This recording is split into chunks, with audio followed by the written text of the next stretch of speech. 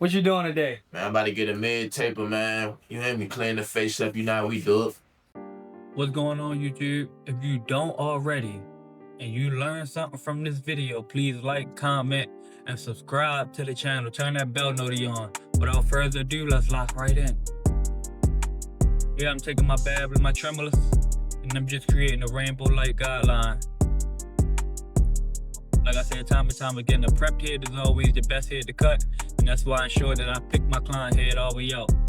Here, because I want that ball look between that mid taper, I went in with my foil shaver. Now I'm taking my Andy's Black Label Masters. These clippers are it. I love these clippers. It fade out almost anything, if not everything. Gonna level all the way open, just going up my fingers with. Brush one, fade one, brush one, fade one. Look. Now I'm going level halfway closed.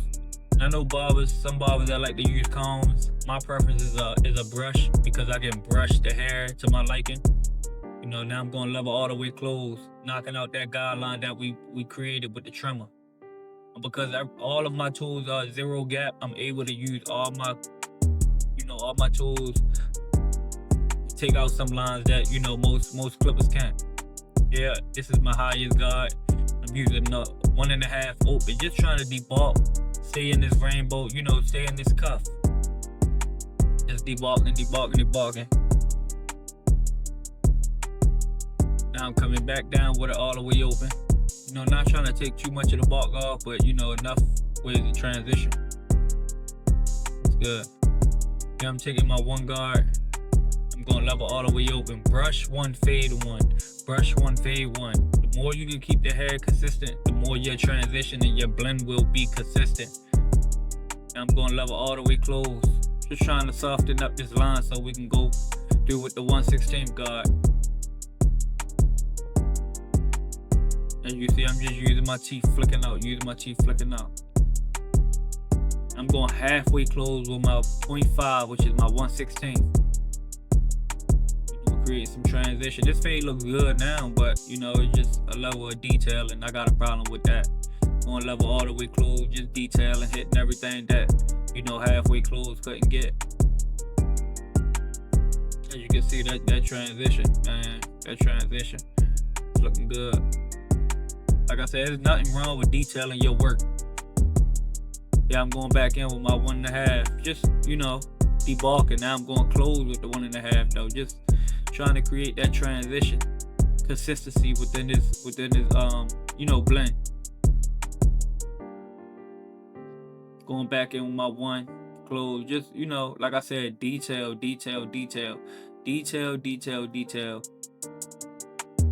Here, because these are my hitters, but they're not to the point where they irritate any of my clients.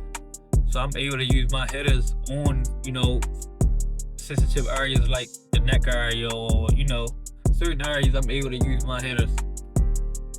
You know, all my tools are set the same. I can use these on the kid, you know. We want to keep this taper low, super low, so, you know, we're going up our fingers with. Not going to dig too much into the bulk, going level all the way open. See, I'm brushing the hair, finding out which way his hair is going, because you want to ensure that you hitting it at the angle where his hair grows, in which direction that it go. Level halfway closed, going up half. That's coming together real clean. I love these masters, man. Love them. Got them when they first came out. Couldn't put them down. Yeah, I'm going level all the way open with my one guard brushing. I'm brushing one, fading one, brushing one, fading one. They kind of teach you that in barber school. You know, although they use combs, more so combs in barber school. I'm all the way open. Now I'm halfway closed. Just trying to create some transition. Come together dope. So if you here so far and you've learned from my channel or anything, you know that you only following the same steps that you did on each side of the taper when you doing you know, almost any haircut. Level all the way closed. You know, softening up that line for my 0.5 to come do his work. Brushing, using my teeth. together good. Look good. I'm using my 0.5 halfway close, just, you know, trying to create some transition. As you can see, it's almost like I'm detailing in a way. It's almost like I'm detailing, brushing it, the hair the way it go. Man, this beat fire. This beat fire, walking over top of it. Here we go. Here we go, here we go. That looks good. I'm just detailing. As you can see, I'm not even really touching them. I'm just barely touching them. Just detailing. Yeah, detailing, yeah. That look good. Upper halfway close.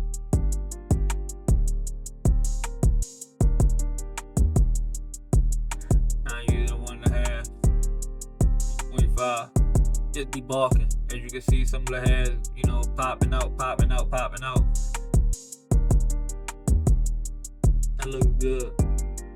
Just that low taper that we blend down there in the back neck taper, it looks good. You don't want to take your tape up too high, you know, because then we'll create a problem. If he did want to grow his hair out, the way his hair will grow out will look kind of like crazy. Yeah, this look good. So y'all know this is my side. I want to touch bases on y'all with being consistent. I get a lot of barbers asking me, how do you got the clients that you got, or how to keep a client, how to gain a client, how not to lose a client. How to not lose a client should be the biggest agenda for you as an upcoming barber to focus on, because like I said time and time again, you want to give your client more in value than they give you in dollar.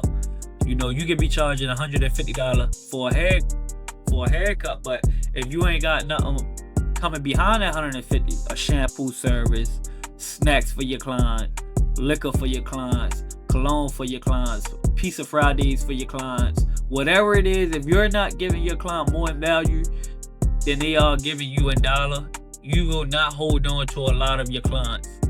Yeah, your work is good, but trust me, if you charge your client $50 and they saying the better barber out there that charge $52, they going with the better barber. You know, it's deeper than just a haircut. You know, you might, what I mean by better barber is your work might be better than the next barber, but the next barber offering complimentary things for them. You know, and a client gonna pick where he feel more comfortable with. Okay, yeah, I just spent this $50, so this where I feel like I should go because I'm getting more out of it. And that's what today's society. You want more out of your, you know, you want more for your buck.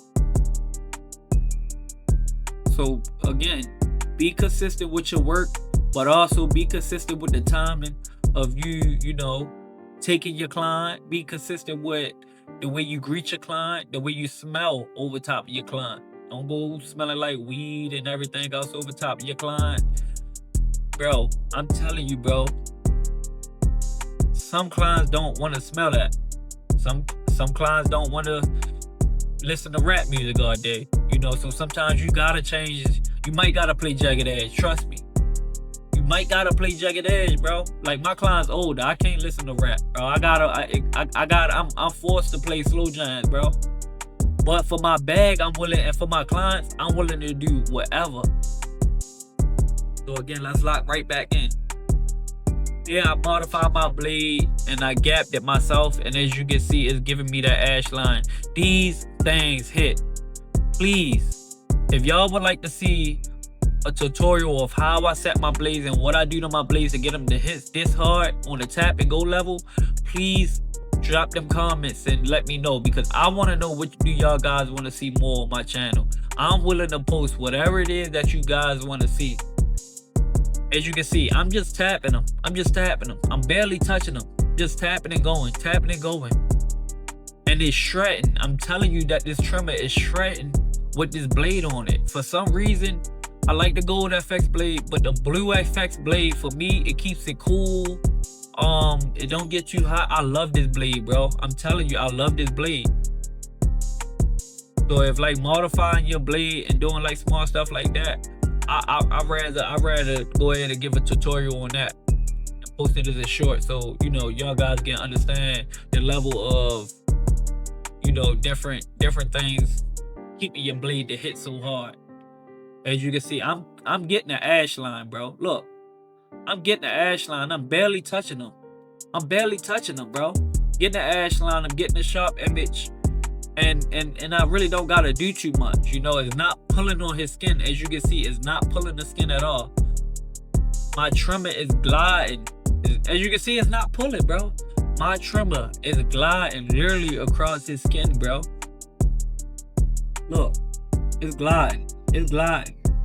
It's gliding. It's gliding. It's gliding. It's gliding. Man, that's dope, man. Focus on keeping y'all tools to y'all preference, though. Don't look at my trim and be like, damn, that it is hitting. How could I get it like that?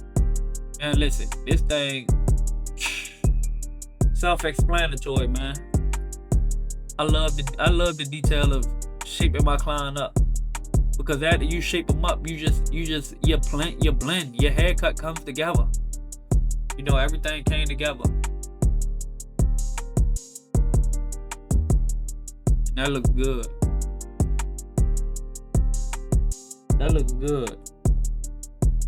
Yeah, I'm taking my enhancements. Like I said, I like to blend out my enhancements. I wanted to, you know, I want to ensure that my enhancements are blending in with this haircut. I don't want to overspray, but I don't want to underspray, because my client still want his line to pop out. As you can see, instead of me spraying, I'm hitting at it, and I'm hitting it. I feel like that's the better thing to do, and just instead of just like completely spraying. Man, look, this cut came together dope, man. Them trimmers, man. Let me know if y'all want that tutorial on how to set blades and modify them. I got y'all. I'm taking my real hair fibers. And we seeing how this go. As you can see, it's popping the haircut out.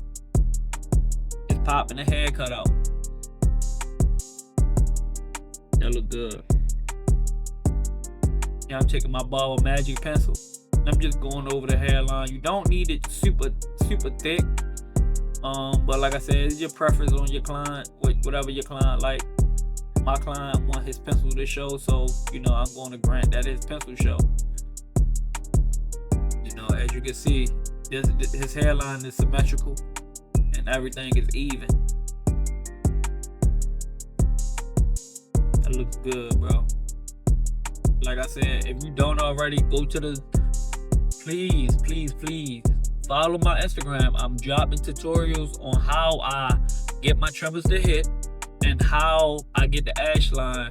I can almost get an ash line with anything. It's not even a trimmer, it's how you prep the head. So I will give tutorial on how to prep your client's head in order to get, you know, certain ash lines and, you know, to see certain things, even without using holding spray. You know, because as you see, I didn't use any holding spray on his back neck area, and it gave me what I wanted. All right, go ahead and tell the camera how you feel about it. Man, shout out my man Tay. He just got me back, man. Best haircut of the year, and I traveled from DC to get this done.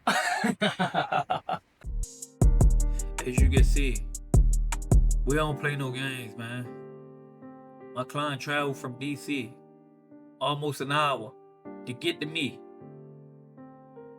I had him looking like this. Man, lock in, man. If you don't already, subscribe to the channel, bro. Drop a like and a comment. Just be generous. Let me know that you watching. And without further ado, that's it.